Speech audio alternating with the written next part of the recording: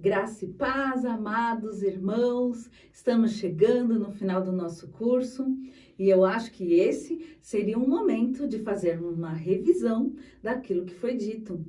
Eu gostaria de tirar alguma possível dúvida que tenha ficado, até podermos iniciar o assunto da próxima e última aula.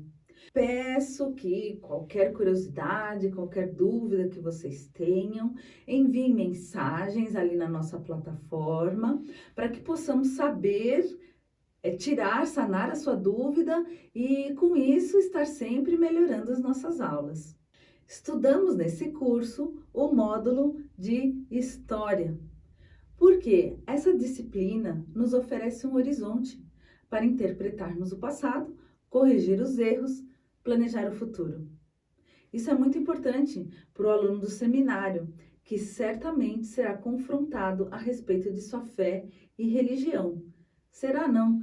Vocês já devem estar sendo confrontados desde o dia que vocês receberam a Jesus. E, se vocês tiverem uma base histórica, poderão não apenas defender a sua crença, mas também expor os fatos que embasem as suas alegações. Eu usei a palavra horizonte para dimensionar a visão que a história nos oferece. E é realmente um posicionamento, assim como os marinheiros fazem quando olham as estrelas e a terra firme para usar de guia, assim também aqueles fatos do passado, os fatos distantes, estão mais claros agora do que os fatos mais recentes, mais próximos. Nós podemos ter uma visão melhor, porque temos uma distância que nos dá perspectiva. Esse tipo de interpretação não fui eu, foi Fernand Braudel, famoso historiador, que nos ensinou. Preciso informar também que nós não somos as únicas pessoas que estamos interessadas na história da igreja. Muitos não cristãos dizem que o cristianismo contribuiu para a identidade contemporânea. E é verdade. E é um assunto importante demais para que o seu estudo seja deixado somente nas mãos dos cristãos. O exemplo mais notório disso que eu falei, de que os não cristãos também estão interessados na história da igreja, é o campo de estudo sobre a Reforma. Vocês devem se lembrar do sociólogo Max Weber. É aquele que diz que o capitalismo estava profundamente ligado à ética protestante. E esse assunto é amplamente difundido e cobrado, inclusive, nas escolas e nos vestibulares. Só que alguns historiadores, infelizmente, analisando a história da igreja, eles não levam em consideração que há ali uma mistura entre os verdadeiros e os falsos cristãos. Eles colocam todos como se estivessem dentro de um mesmo saco e como se eles fossem todos o mesmo tipo de pessoa. Há alguns historiadores, inclusive, que o principal objetivo foi somente registrar os caminhos anticristãos, registrar aqueles homens mais perversos que só professavam a religião. Mas a verdade sobre história é que os tempos e as circunstâncias mudam, estão sempre em mudança. Mas o nosso Deus, ele não muda. O nosso Deus é o Deus da história. Ele nunca deixou a si mesmo sem um testemunho, mas sempre manteve aquelas pessoas fiéis, mesmo que ocultas, em todas as eras e em todos os lugares. Isso que vamos aprender, vamos pesquisar e vamos provar.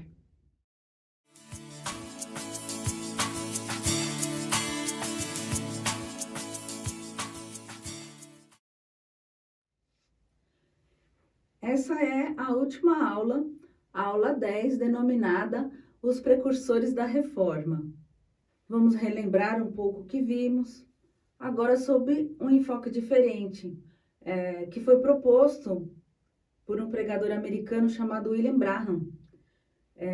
Ele fez um discurso muito grande que foi compilado e se chama Sete Eras da Igreja, vista pelo ângulo das cartas do Apocalipse, que embora não seja amplamente aceito essa ideia, né, dele, assim a gente entende que há sim uma mensagem clara do Senhor para as igrejas embutida em cada carta.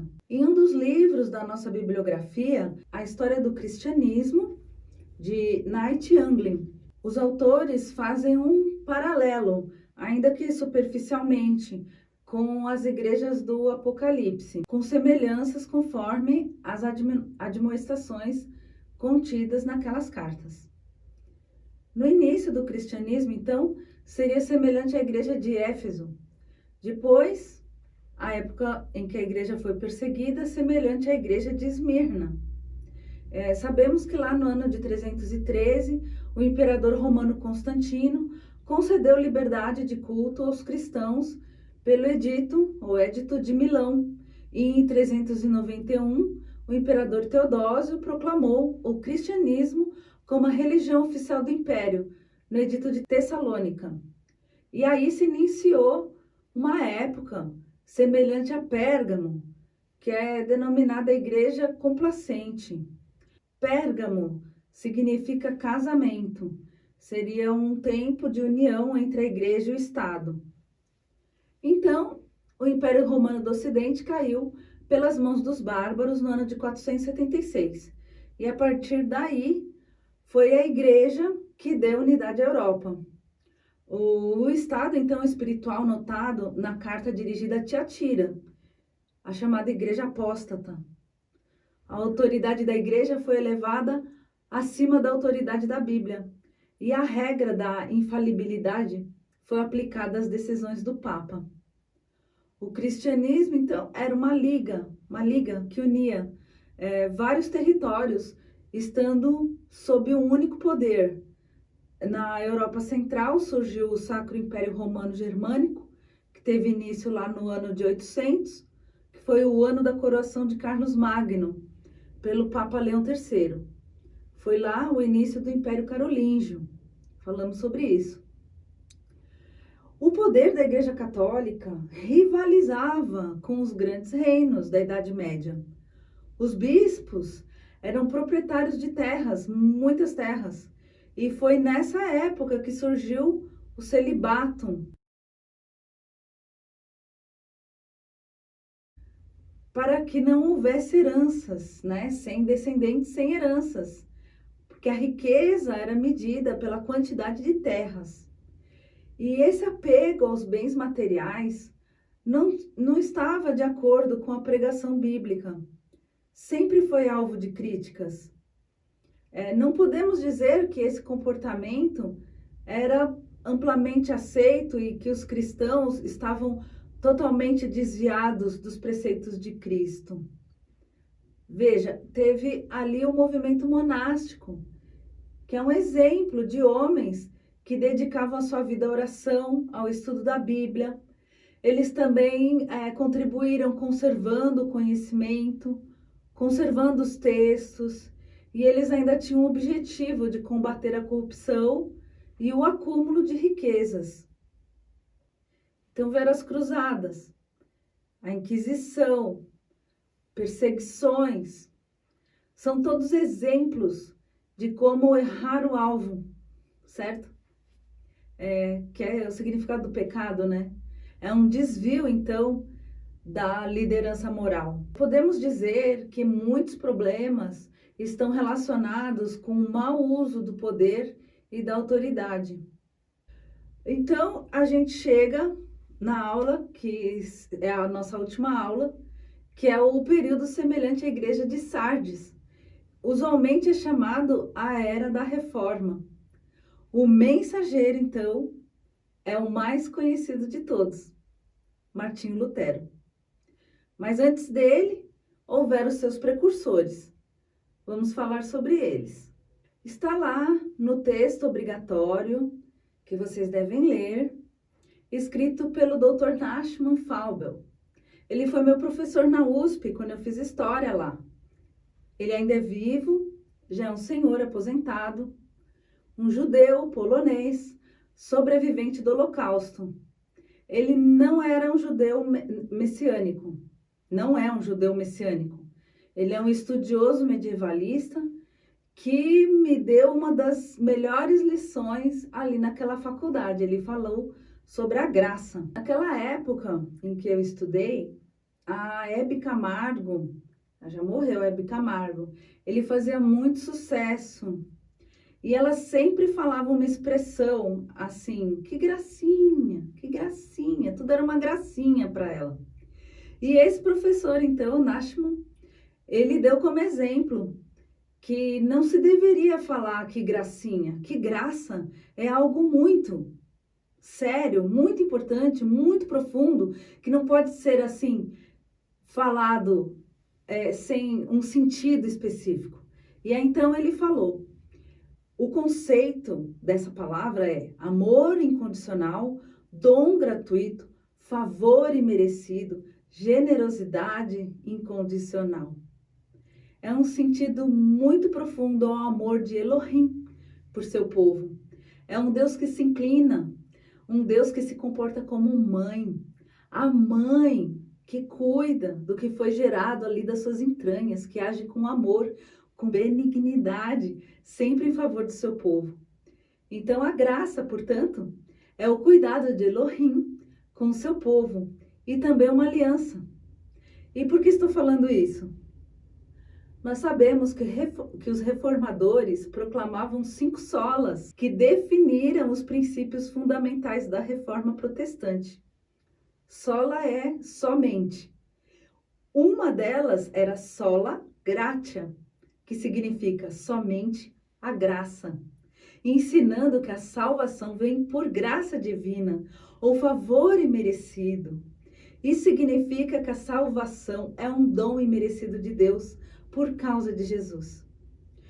As outras solas são sola escritura, somente a escritura.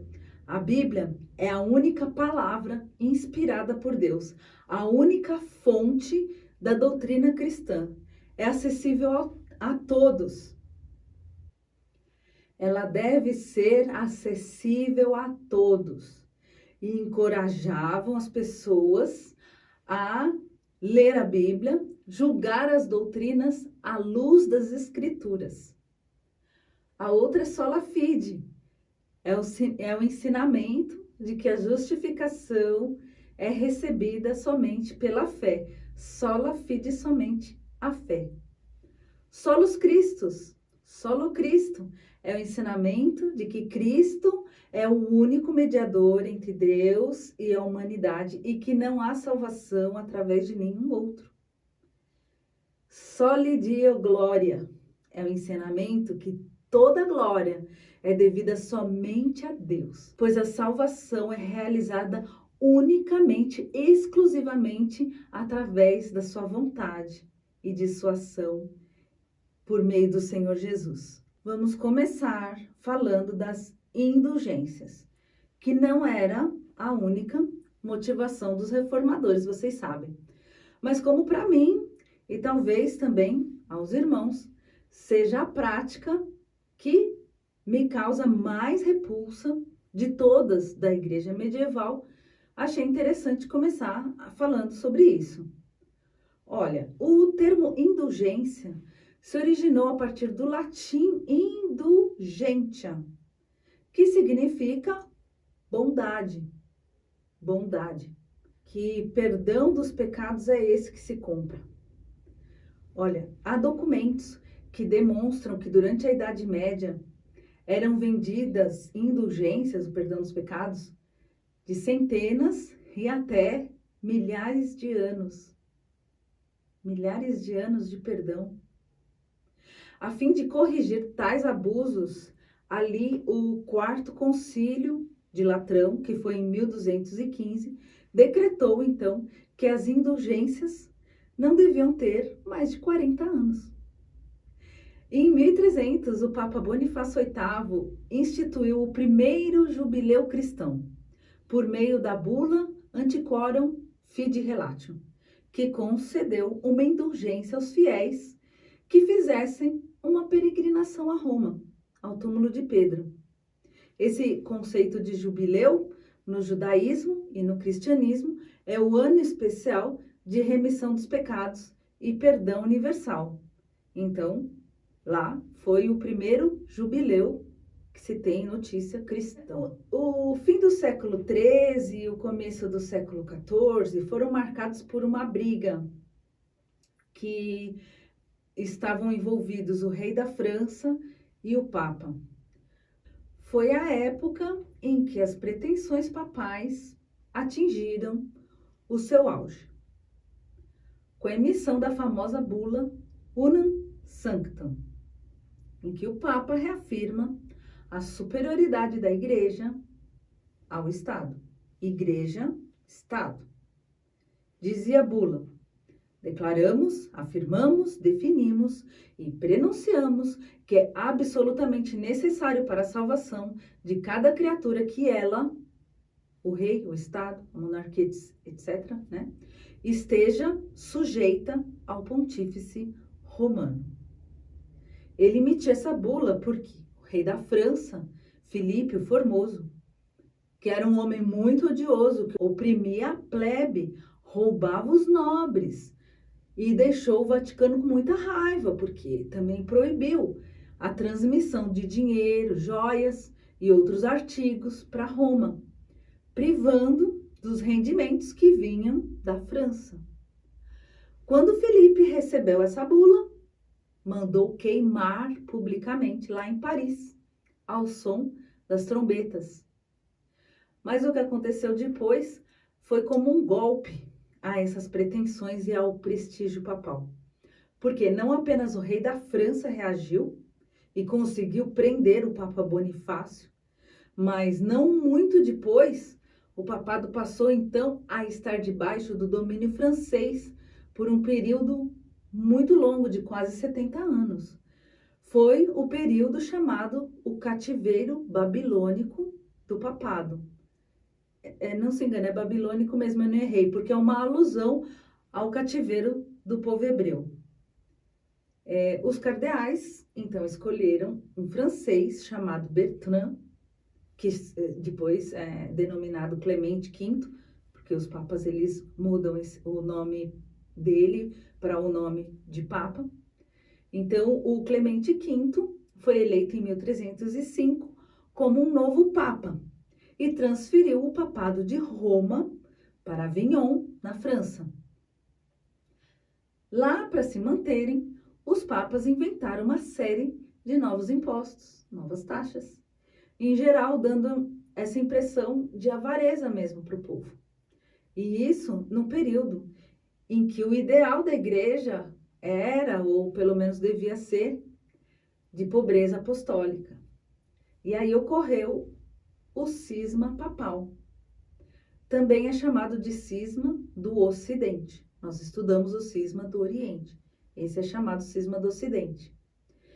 Quando, em 1377, o Papa Gregório XI voltou para Roma, mas ele morreu no ano seguinte, e o povo italiano insistiu na eleição de um Papa italiano, e elegeram Urbano VI como novo Papa. Esse, então, iniciou um programa de reformas, foi muito vigoroso nessas reformas, e os cardeais se reuniram novamente e elegeram um novo Papa no seu lugar, um Papa francês. Então, o que foi esse cisma? Havia um Papa eleito em Roma e um Papa em Avignon. Esta situação era desastrosa para a igreja, pois se eles proclamavam que era necessário estar sujeito ao Papa para garantir a sua salvação, se haviam dois, qual seria o verdadeiro? Então, depois de 3 décadas de confusão, os próprios cardeais tomaram a iniciativa de convocar um concílio geral para sanar o cisma. O concílio foi reunido em Pisa, em 1409, e esse concílio depôs os 2 papas e elegeu um terceiro. nenhum dos dois papas reconheceu a decisão. E de 1409 até um novo concílio, que foi em Constança em 1415, houveram 3 papas. Cada um deles reclamando para si a chefia universal e o governo da igreja. Então, por aproximadamente 40 anos, o papado, que era tido como símbolo da unidade da igreja, foi realmente o motivo da sua desunião. Podemos ver, então, por tudo isso, que a igreja estava desmoralizada, desmotivada, desviada dos princípios que regem o cristianismo autêntico. Há um clamor generalizado pela reforma da igreja. Eles tentaram a reforma por meio de concílios, com alguns resultados, mas no final do século XV e começo do século XVI, os papas da Renascença não apresentavam nenhum sinal de renovação. E houve sim um novo ânimo, que nós acreditamos que tenha sido o ressurgimento da igreja original. 2 homens são reconhecidos como os principais pré-reformadores, que exerceram influência na reforma que veio acontecer ali no século XVI. O nome deles é John Wycliffe e Jean Hus. John Wycliffe nasceu em 1325 e Jean Hus em 1372. Eles questionam, então, a validade da Igreja Papal. Wycliffe, quando ele entrou em luta, em disputa com o papado em 1375, contra o suposto direito do Papa de cobrar impostos e taxas na Inglaterra, ele já era famoso porque ele era um homem muito culto ali da Universidade de Oxford. O cisma papal contribuiu muito, então, para espalhar os pontos de vista de Wycliffe, porque ele denunciou o papado e toda a organização clerical. Ele negou a doutrina da transubstanciação. É aquela que diz que o pão e o vinho se tornam realmente o corpo e o sangue de Jesus. Ele atacou o sistema da igreja medieval e declarou que a Bíblia era a única e verdadeira regra de fé e prática. O seu maior trabalho foi a tradução da Bíblia, da Vulgata, que era a versão latina, para o inglês, possibilitando acesso à Bíblia a todo o povo da Inglaterra pela primeira vez.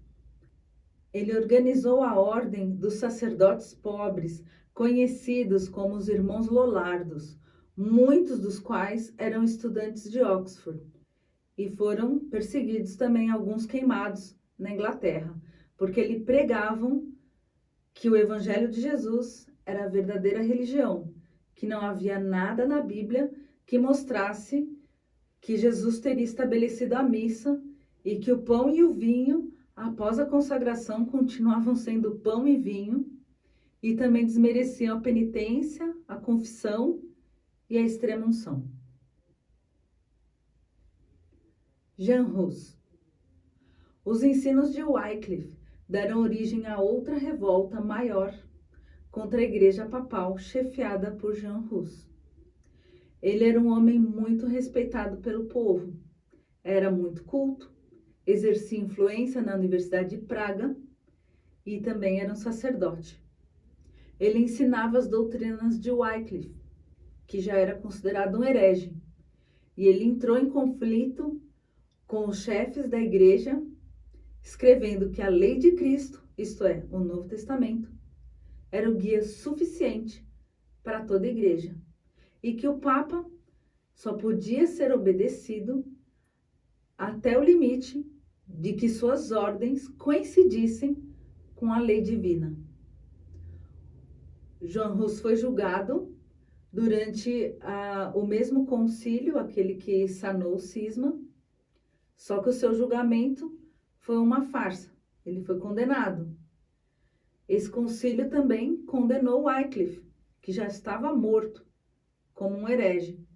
exumaram o corpo de Wycliffe, queimaram Hus. Jean Hus foi condenado à fogueira lá em Constança. Temos na nossa... eu deixei como opção para vocês assistirem um filme muito bonito. Se tiverem oportunidade, vejam, ele está liberado no YouTube, sobre a vida de Jean Hus. Além de Wycliffe e Hus, então, também tiveram outros. Eu vou falar de Savonarola, que foi um monge dominicano designado para Florença. Ele procurou reformar o Estado, a igreja na cidade, mas a sua pregação contra a vida desregrada do Papa provocou sua morte por enforcamento. Mesmo sem chegar às posições de vanguarda de Wycliffe e Hus, ele exigiu a reforma da Igreja Romana, por isso estamos nos lembrando dele. Além dele, teve Erasmo de Roterdã, ou Desidério Erasmo. Ele foi um monge holandês, escritor, considerado o maior vulto do humanismo cristão, dedicou toda a sua vida à causa da reforma interna da Igreja Católica. Ele, em 1524, cedeu aos insistentes apelos da Igreja e se pronunciou contra os princípios básicos da reforma de Lutero, lá de 1517.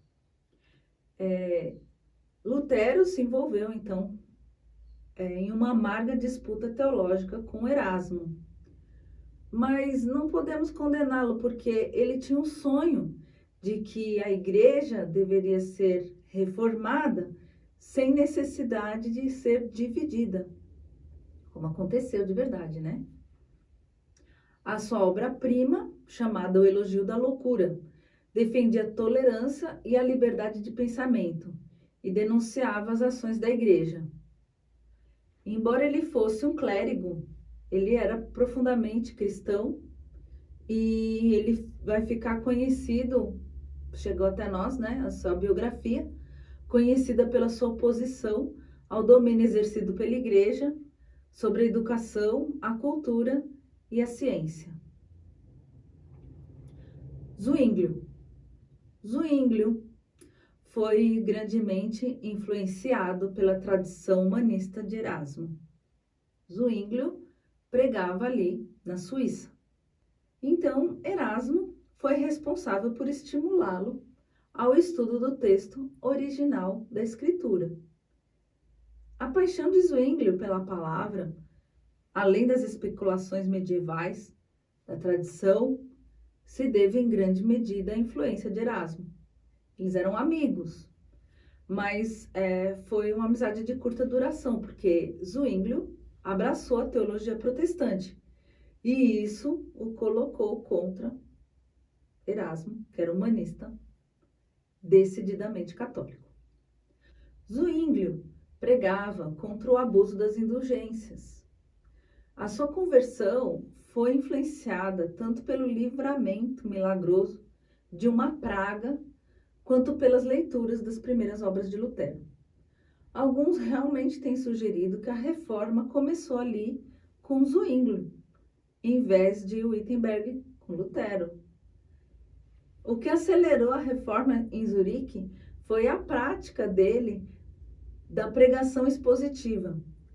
Ele abandonou o calendário da Igreja Católica e, em 1º de janeiro de 1519, começou a pregar versículo por versículo, através do Evangelho de Mateus. E nos anos seguintes, ele expôs o Novo Testamento e despertou nas pessoas uma apreciação pelas verdades simples da salvação, somente pela graça mediante a fé. Em outras palavras, por essa prática, a bandeira de sola Scriptura substituiu a autoridade da Igreja Católica Romana. Temos aí um quadro do livro História da Igreja em Quadros, onde tem os nomes dos maiores precursores da Reforma. não posso deixar de falar de Gutenberg. A invenção da imprensa foi muito importante para a divulgação da palavra de Deus. Devemos dar esse crédito a ele, inventor da imprensa, dos tipos móveis. O primeiro livro impresso na sua máquina foi a Bíblia. E foi aquela Bíblia traduzida por Lutero para o alemão.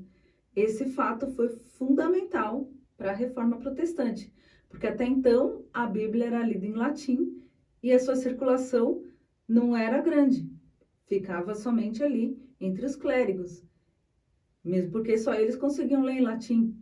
E aí, com a imprensa, a Bíblia pôde ser divulgada a todo e qualquer pessoa. Terminamos então o nosso curso com a figura de Martinho Lutero e sua célebre frase, que eu vou ler para vocês.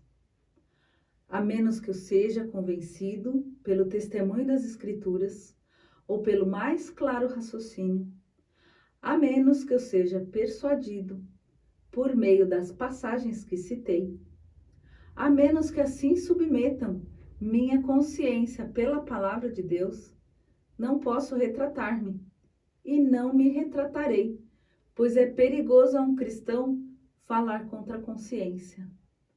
Aqui permaneço, não posso fazer outra coisa. Deus me ajude, amém. Obrigada, irmãos, por tudo.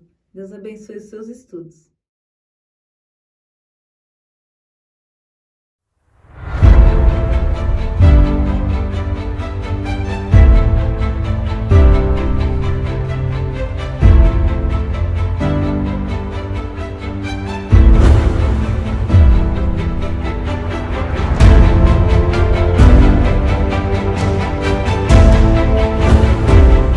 Welcome to Lutterworth, the workplace of John Wycliffe and the place where he did his most significant work.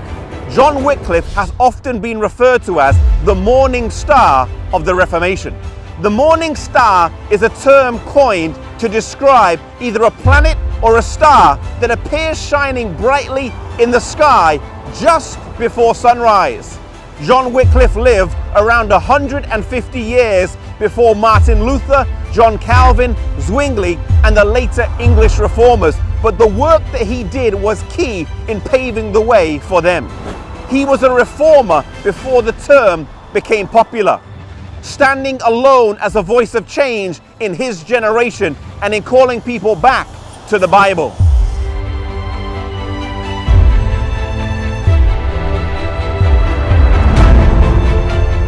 Educated at Oxford University, he was a scholar and an unrivaled debater. It was whilst he was a student that he first incurred the displeasure of Rome in denouncing the friars and their lazy lifestyle. He was a champion of civil and religious liberty. And John Wycliffe was the first in his era who coined the term Antichrist in reference to Rome. The Archbishop of Canterbury received from Rome a papal bull to investigate the writings of John Wycliffe. But due to his standing at Oxford University and the goodwill he had amongst the people, this was never followed through. Perhaps a key event that helped John Wycliffe was the papal schism of 1378, where there were two popes that each claimed to be the right pope. And so amidst this confusion, John Wycliffe was left in a state of relative peace to carry on the work that he was called to do.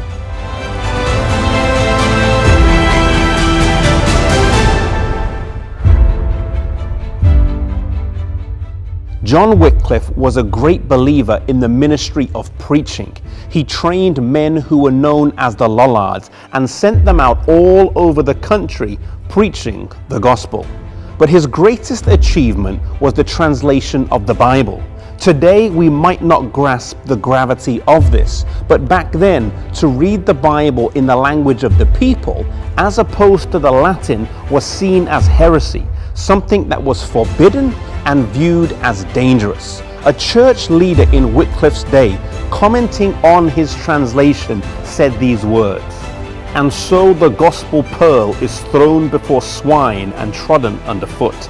and that which used to be so dear to both clergy and laity has become a joke, and this precious gem of the clergy has been turned into the sport of the laity.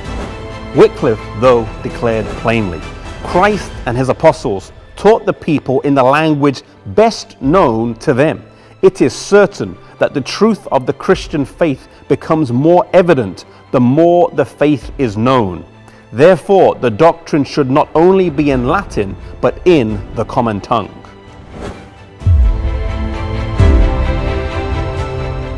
John Wycliffe completed the first translation of the Bible into the English language from the Latin Vulgate. It was not a translation that one-off, but for most people in the Middle Ages, this was an academic problem. They couldn't read or write anyway.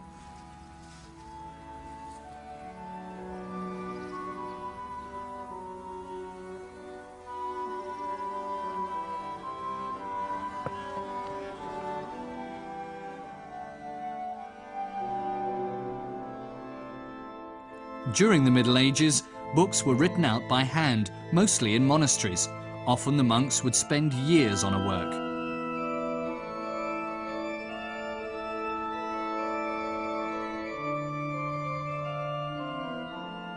Then, in 1450, an invention changed the world. In the German city of Mainz, Johannes Gutenberg invented the technique of printing with movable type. This made it possible to duplicate books in large numbers and at relatively low cost. The technological foundation was laid for the intellectual, political and religious changes of the succeeding centuries.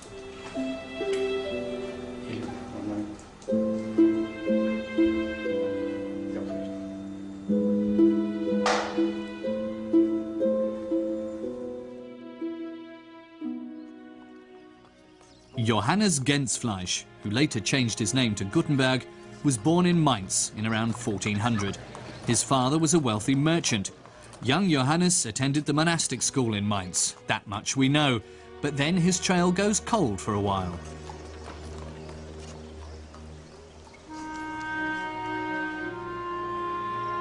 We only pick it up again in Strasbourg, where he settled in 1434.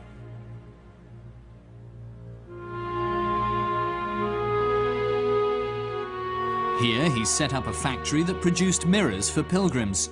These were very popular among the faithful, who hoped thereby to capture something of the charisma emanating from the shrine they were visiting and from the relics it contained. For Gutenberg, it was a lucrative business. There was a flourishing trade in devotional objects. Particularly popular were woodcuts depicting the saints. Woodcut is one of the earliest printing techniques, but it only reached Europe in the early Middle Ages. Here it served primarily for the dissemination of pictures and texts.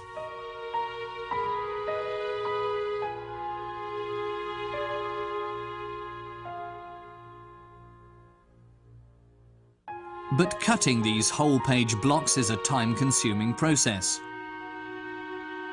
First, a mirror image of the handwritten page has to be drawn on the block. Then the individual letters have to be carved out. Finally, the block is inked in, and the sheet of paper is laid on top and rubbed hard with a bone tool so that it takes up the ink.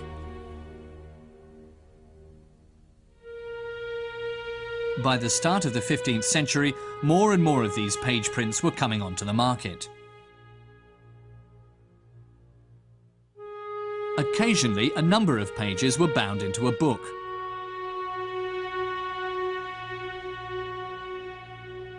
The trade in these books also gave a boost to manuscript production. Manuscripts had long since ceased to be the exclusive preserve of the monasteries. Secular scribes were doing good business.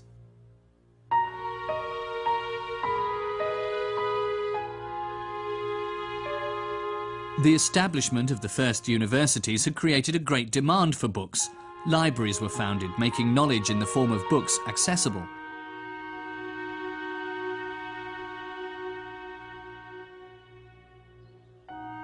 Books needed to be cheaper and more quickly available. But that wasn't all. In particular, scholars wanted uniform copies. A new production technique was feverishly sought after. And one of the seekers was Gutenberg. In 1446 he returned to Mainz. Here he found solid financial backers, allowing him to go ahead with his enterprise.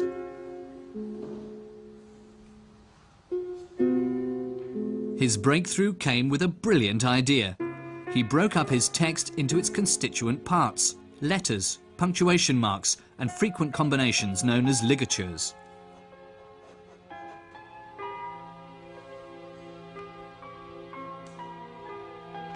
These were then combined to form the blocks for printing words, lines, and pages. The characters were cast and could be used in new combinations time and again.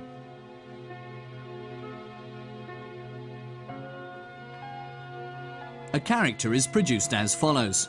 On the end of a metal rod, a mirror image of the letter is engraved. This is then pushed into softened copper, producing a pit in the shape of the letter. This matrix, as it's called, acts as the mould for the actual type, which is cast from lead. In order to manufacture the many letters needed quickly and in sufficient quantity, Gutenberg took another important step forward, inventing the hand-casting instrument. It consists of a rectangular channel. The matrix is inserted at one end and molten lead poured into the other.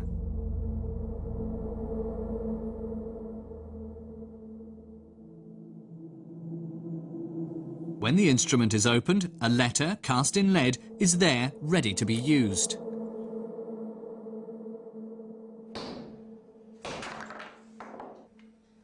As the matrix is reusable, an unlimited number of identical letters can be cast.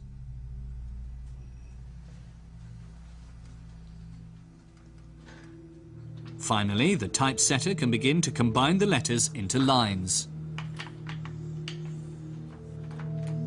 In the form, the lines or columns are combined to create the page layout as desired. The result is a mirror image of the page to be printed.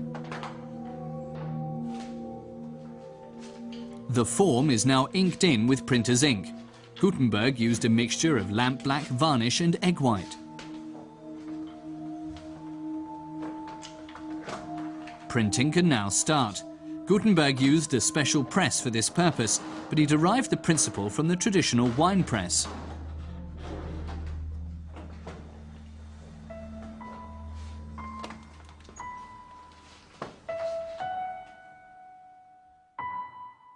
Gutenberg's first printed works were official documents,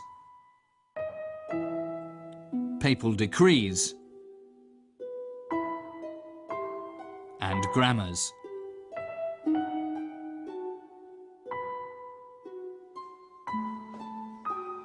But soon he started on a mammoth venture, the Latin Bible.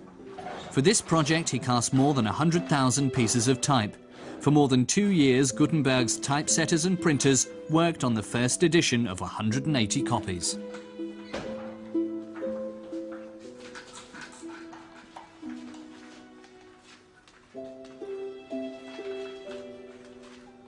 The text was printed in black letter or Gothic type, based on the handwriting of the day. Finally, the illuminator added the coloured initials and drawings. With his Bible, one of the world's most beautiful printed books, Gutenberg proved that a work printed with movable type could be as aesthetically pleasing as one written by hand.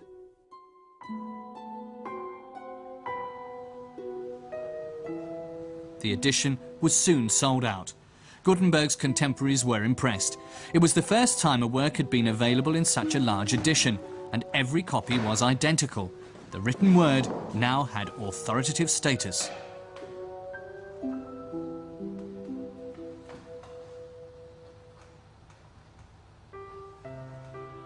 Knowledge of this revolutionary technology was quick to spread.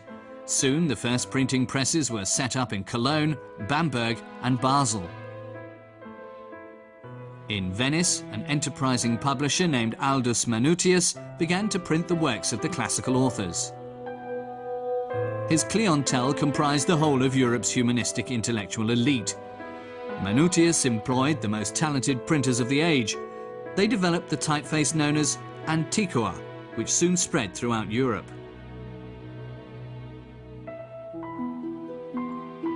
"20 years after Gutenberg's invention, the new technology was firmly established. Thousands of titles were marketed in editions of up to 1,000.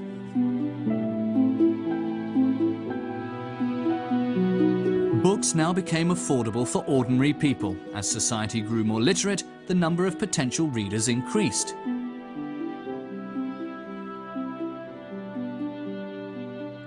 One of Gutenberg's greatest admirers was the reformer Martin Luther.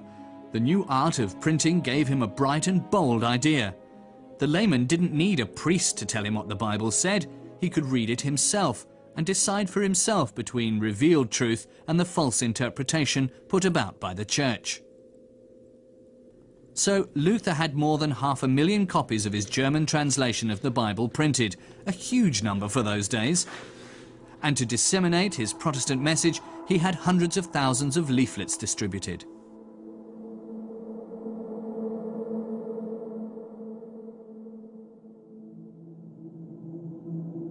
But it wasn't just Luther who exploited the new medium. So did the emperor, along with kings and free cities of the empire. Soon, single-sheet leaflets, flyers we would call them, were discovered as a news medium. When an unusual configuration of planets was announced for 1524, the country faced an avalanche of these flyers, warning of an imminent repeat of Noah's flood.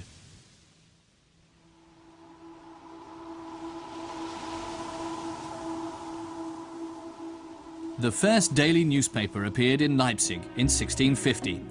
Einkommende Zeitungen it was called, roughly breaking news, and it came out 6 days a week. But the triumphal march of the newspaper did not really begin until steam-powered rotary printing presses appeared in the 19th century. And the offset process ushered in a radical transformation of printing technology. Now the printing and non-printing elements are part of a single continuous surface. First, the page to be printed is transferred by exposure to light onto a thin printing plate. Then the plate is moistened with water so that the non-printing areas do not absorb any ink. Next, the printing ink is applied. This has a greasy element and it adheres to the areas previously exposed to light.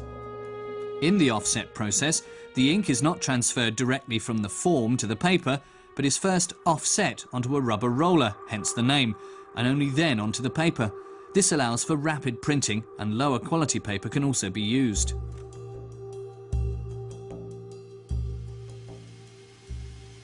Offset is the commonest printing process in use today, but in spite of all these modern developments, it was Johannes Gutenberg who laid the foundations of our modern media world. His invention is still regarded as one of the most important in human history.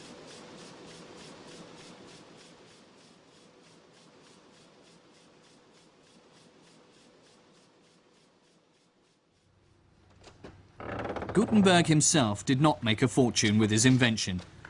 He'd not even finished printing his Bible before his financial backer called in the loan. In the legal battle that followed, Gutenberg lost not only his printing press, but also all the Bibles he'd already printed. Soon afterwards, Mainz was occupied by hostile troops. Gutenberg had to go into exile. 3 years later, he was allowed back as an employee of the new archbishop. On the 3rd of February 1468, Johannes Gutenberg died. He was buried in the Franciscan church in Mainz.